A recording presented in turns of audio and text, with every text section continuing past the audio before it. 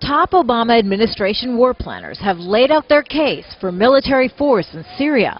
Speaking to a skeptical congressional committee, Secretary of State John Kerry argued the evidence Bashar al-Assad used chemical weapons on his own people is solid. Our intelligence community has scrubbed and re-scrubbed the evidence. We have physical evidence of where the rockets came from and when.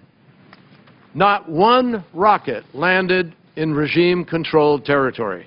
Not one. Support from the U.S. Secretary of Defense, who told senators the U.S. must hold the Assad regime accountable, and failure to do so would harm not just U.S. national security, but other U.S. security commitments around the world.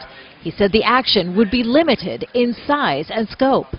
In defining our military objectives, we've made clear that we are not seeking to resolve the underlying conflict in Syria through direct military force. Instead, we are contemplating actions that are tailored to respond to the use of chemical weapons. But not all senators are buying the administration's argument and worry limited military action will not be a deterrent.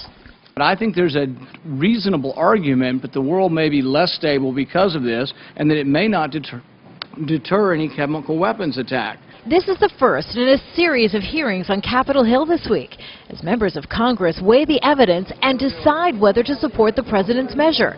U.S. naval ships are already positioned in the eastern Mediterranean, ready to act if President Obama gives the order.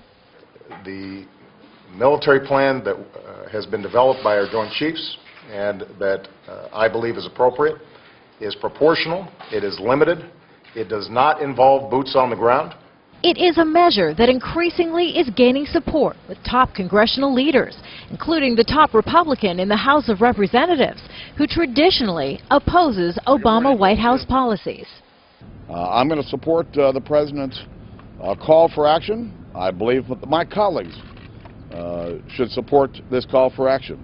It is action that still has to be voted on in the U.S. House and Senate.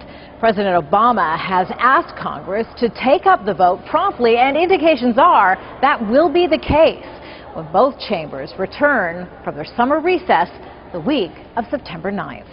Kimberly Helkett, Al Jazeera, Capitol Hill.